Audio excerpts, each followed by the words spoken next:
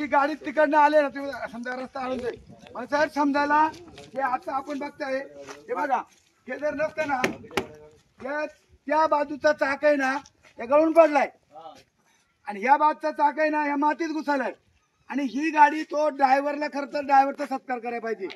का सत्कार करायला पाहिजे ड्रायव्हरचा त्याने 15 लोकांना जीवदान दिले काका 15 लोकांना जीवदान दिले त्याने गाडी इकडे पुढे गेली असती घर राहत नव्हतं पुढे गेली असती हापची लोक पाणी भरत होती ती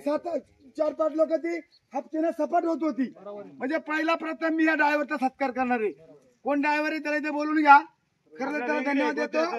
आणि मी परत एकदा सांगतो की आदिवासी भागामध्ये अशा रडे सर्व रडे जीवन रडे अत्यंत हुशार ड्रायव्हर आहे जुना ड्रायव्हर आहे त्याच्या हुशारीमुळं खरं तर ही गाडीतली 15 माणसांना जीवदान भेटलाय आणि हापशीवर जी पाणी भरत होती त्या हापशी का बघा तुम्ही कॅमेरा मारा काका आता सुद्धा ती एक बाई एक लहान मुले आता सकाळची वेळ होती सकाळी किती वाजता घडले 12:30 वाजता बाजारचा दिवस आहे रविवारी बाजारासाठी लोक वरून खाली येतात आणि मग अशा प्रकारचा जर हा गलतान कारभार या खर तर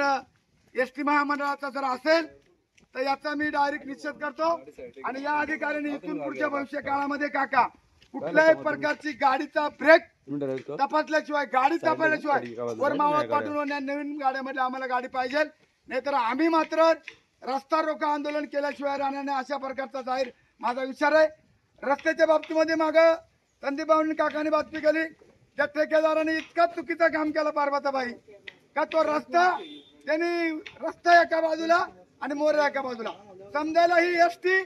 जर डोंगरामध्येच कुठे बाजूला गेली असती तर ही लोक दिसली पण नसती डेड बॉडी आपल्या हातात नसती आली अशा प्रकारचा हा गलथन कारभार झालेला आहे काही नव्हता राहिला असतं का माणूस